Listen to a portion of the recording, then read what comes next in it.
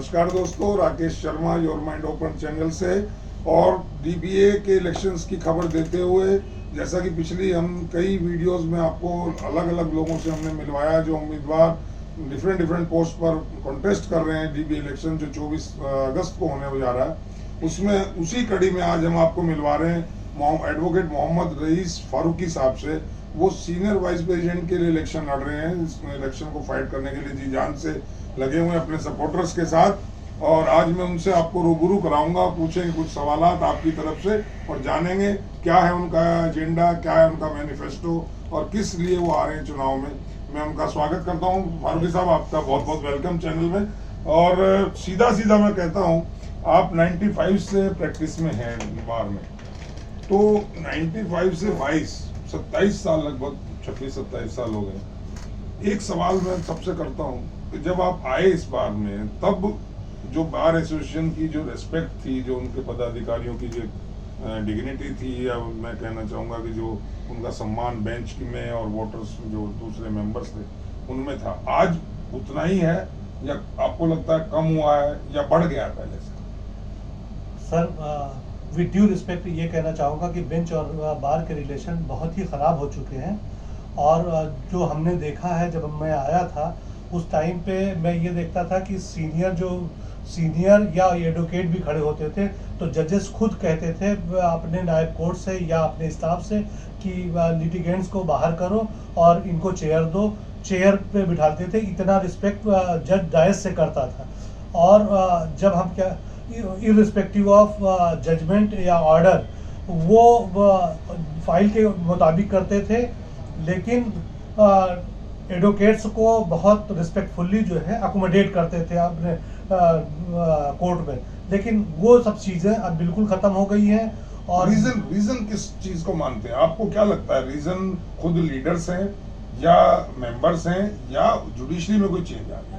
नहीं सर, मैं ये इसमें दोनों अपने बार की भी जिम्मेदारी मानता हूँ और जो हमारे जजेस की ट्रेनिंग हो रही है वहाँ पे कुछ मुझे कमी दिखती है, क्योंकि वहाँ पे जो ट्रेनिंग होनी चाहिए कि बेंच को बार से कैसे रिलेशन रखना चाहिए, कैसे कोऑपरेट करना चाहिए, वो चीज़ नहीं है। वो वहाँ पे जो बिल्कुल जो नए जजेस आ रहे हैं वो तो पहले जब मैं इंटर हुआ था उसके 2-3 साल के बाद एक स्कीम आई थी कि 3 साल के बाद जो है रिक्रूटमेंट होगा। वो स्कीम बड़ी अच्छी थी। कम से कम हर लड़के को ये पता चल जाता था कि मतलब नीचे खड़े होके क्या एक्सपेक्ट करता है ऊपर से। तो बेंच और बार का रिलेशन उसको उतने दिन में 3 साल में समझ में आ जाता था। लेकिन वो चीज़ खत्म होने की वजह से आज बहुत ज़्यादा डिग्रेशन है। और जो जजेस आ रहे हैं सिर्फ जो है ठीक ठाक अंग्रेजी बोलते हैं, तो इसका मतलब ये समझते हैं कि मेरे से ज़्यादा कानून भी कोई नहीं जानता, जो कि बहुत ही। तो ये अगर आप सीनियर वाइस प्रेसिडेंट बार में आते हैं तो आप इसमें कुछ काम करेंगे? मेरी थोड़ा कॉर्डियल बने, रिलेशन बहुत अच्छे बने। मेरी पहली प्रायोरिटी यही है कि मैं जो जुडिशियल एकेडमी है उसके जो मेंबर्स हैं और जो डिस्ट्रिक्ट जजेस हैं पूरे दिल्ली में, इन लोगों से बात करके कैसे क्या बार एक्सपेक्ट करती है उनसे, कैसे उनकी ट्रेनिंग में इजाफा होना चाहिए, बार के लिए क्या रिस्पेक्ट होनी चाहिए, ये अपनी बात को उनसे कहलवाना कोई बड़ी बात नहीं है। ये हमारे बार के लिए बहुत आसान काम है। अच्छा, बार एसोसिएशन के पदाधिकारियों का जो ऑफिस बेयरर्स हैं उनका रवैया towards the members of the bar किस टाइप से लगता है कि कुछ कहीं ठीक है या उसमें कुछ सुधार की जरूरत है? नहीं, अगर आप जो है इसको थोड़ा सा फिर अलग करके देखना पड़ेगा, क्योंकि इंडिविजुअल लेवल पे किसी की शिकायत हो सकती है। ओवरऑल बार तो अपना काम करती है, बार के जो फंक्शंस है, लेकिन मेन ऑब्जेक्ट जो बार का है उसको हट के जो फंक्शंस वगैरह होते हैं वो तो ठीक है, लेकिन जो मेन ऑब्जेक्ट है बार का to watch the judicial system, वो वहाँ मिसिंग है। बाकी सब ठीक है। बाकी ठीक है। तो आप उस जुडिशियल रिलेशन का जो सिस्टम है उसमें कहीं आप सुधार चाहते हैं? जी। और कोई आपका एजेंडा इसके अलावा towards the welfare of advocates? उसके अलावा जो यहाँ पे सबसे जो ज़रूरी चीज़ है तो वो है पार्किंग की प्रॉब्लम। मैं समझता हूँ कि हमारे पास स्पेस इतना है तीसरी कोर्ट कॉम्प्लेक्स के पास कि मल्टी स्टोरीज अगर मल्टी लेवल पार्किंग बन जाए तो मामला हल हो सकता है। और मल्टी लेवल बनने में क्या है कि एक कन्फाइंड एरिया हो जाता है इधर का और दूसरे साइड्स का, तो ये सबसे बड़ी प्रॉब्लम है। बाकी जो ये अच्छा, ये हमें बाहर को नहीं करना है, बाहर को प्रपोजल दे के, चूंकि ये काम CPWD का काम है और वहां से पास कराना है, और हाई कोर्ट एडमिनिस्ट्रेटिव जज जो हमारे बार का इंचार्ज है उनसे बिल्डिंग डिपार्टमेंट से इन सब चीजों से बात करके, तो बार का खर्चा भी नहीं है, बार को प्रपोजल दे के काम कराना है। तो इसमें जी, तो हाँ इसमें है। और बाकी जो छोटी छोटी चीजें हैं कि पानी का इंतजाम होना चाहिए, यहाँ पे लिटिगेंट्स के भी पानी का इंतजाम होना चाहिए पीने का, और वकीलों के भी, तो वो जो रोज सिस्टम है तो उससे बचने के लिए, और इस तरह की बहुत छोटी छोटी जो प्रॉब्लम है ये बार के लेवल पे है, तो बार के लेवल पे आसानी से की जा सकती है। हमारे पास इतनी चीजें हैं, इतना इंफ्रा है कि हम अपना काम कर सकते हैं। मुझे ऐसा एहसास होता है। आपकी सीट पर लगभग 9 या 10 लोग फाइट कर रहे हैं, तो आप वोटर को ऐसी क्या बात कहना चाहते हैं जिससे कि वोटर कंपैरेटिवली आपको चूज कर ले, उन 8 आदमियों को या 9 आदमियों को इग्नोर करके? ऐसी फारूकी साहब में क्या खूबी है जो हम आपको ही चुने, औरों को ना चुने? नहीं, ये मैं तो अपनी खूबियां बताऊंगा। मैं अपनी खूबियां बताने से अच्छा है तो ये है कि हमें मेंबर्स जज करें, चूंकि राउंड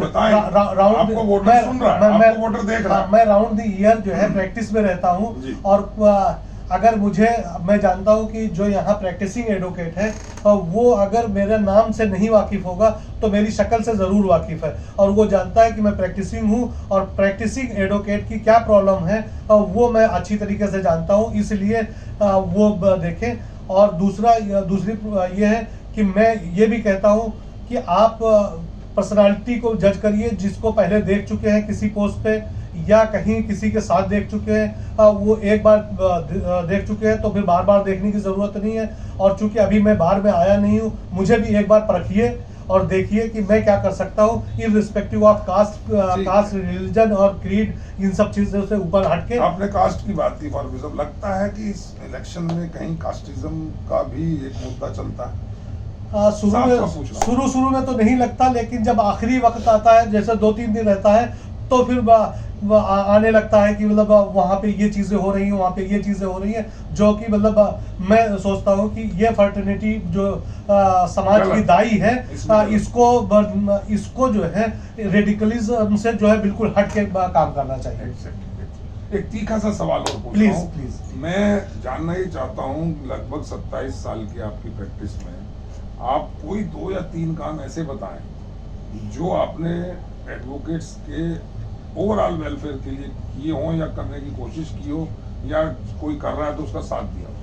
जी, मैंने जो भी बार की तरफ से एजिटेशन से हुए उस सब में मैं शामिल रहा हूँ, और हमारे कुछ बार के मेंबर्स के साथ कुछ प्रॉब्लम हुई तो मैं उनके साथ बार ऑफिस तक आया, फिर उसको इंडिविजुअल लेवल पे जो है बार के पदाधिकारियों से मिल के उसको सॉल्व किया, वो सारी चीज़ें सॉल्व हुई। और जैसे लाइब्रेरी में बुक्स नहीं थी क्रिमिनल साइड में, मैंने प्रेसिडेंट और सेक्रेटरी को लेटर लिखा कि यहाँ पे हमारी लाइब्रेरी में क्रिमिनल साइड की लाइब्रेरी है, यहाँ पे काम मतलब जो बुक्स होनी चाहिए वो नहीं अवेलेबल है। तो उसमें से कुछ काम हुआ, मतलब जितना मैं चाहता था उतनी रिच तो नहीं हुई, लेकिन कुछ हमारे लेटर पे काम हुआ, तो वहाँ पे कुछ बुक्स रखी गई। इस तरह के मैंने वेलफेयर मतलब जो मेंबर्स के लिए काम किया। प्लीज, हाँ, मैंने काम वोट में है।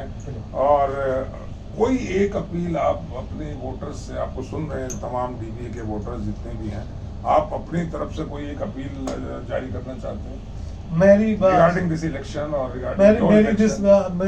इस इलेक्शन में यही सबसे अपील है कि आप कैंडिडेट के क्वालिटी को चेक करें और तमाम और चीजों से हट के वोट करें, बस यही मेरी अपील है। Thank you. आपको योर माइंड ओपनर चैनल की तरफ से बहुत बहुत शुभकामनाएं। और ये थे फारूकी साहब, इन्होंने बड़ी साफ गोई से अपनी बातें की दोस्तों, और अब आप पर है कि आप चूज करें ये कितना सच बोल रहे हैं, कितना ठीक बोल रहे हैं, कहाँ तक इनकी बातों में दम है। यू आर द जज नाउ, आपको जज करना है, आप अपने हिसाब से जज करिए, और कैंडिडेट्स के भी बात आप सुनिए, इनकी भी सुनिए, और उसके बाद बहुत अच्छी तरह, अभी 1 महीना है, खूब अच्छी तरह जांच कर परख कर। और एक बात जो फारूकी साहब ने कही, मैं भी उसको एडमिट करता हूँ और रिपीट कर रहा हूँ कि जिन लोगों को आपने देख लिया है कि उन्होंने काम ठीक से नहीं किया है, उनका काम करने का तरीका करप्शन से जुड़ा हुआ रहा, या बहुत इग्नोरेंस उन्होंने दिखाई, या किसी भी वजह से वो खरे नहीं उतरे, उनको दोबारा मौका नहीं देना चाहिए। वाकई ये बात ठीक है, धोखा एक बार खा सकता है आदमी, दोबारा नहीं खाना चाहिए, वो गलती नहीं होती, वो फिर उसको दूसरा रूप आ जाता है। तो इन्हीं सब शब्दों के साथ उन्हें फारूकी साहब को शुभकामनाएं, और आपको हम दोबारा बुलाएंगे जरूर और आपसे बात करेंगे। तब तक के लिए शुक्रिया दोस्तों, जिंदाबाद। जय हिंद, जय भारत।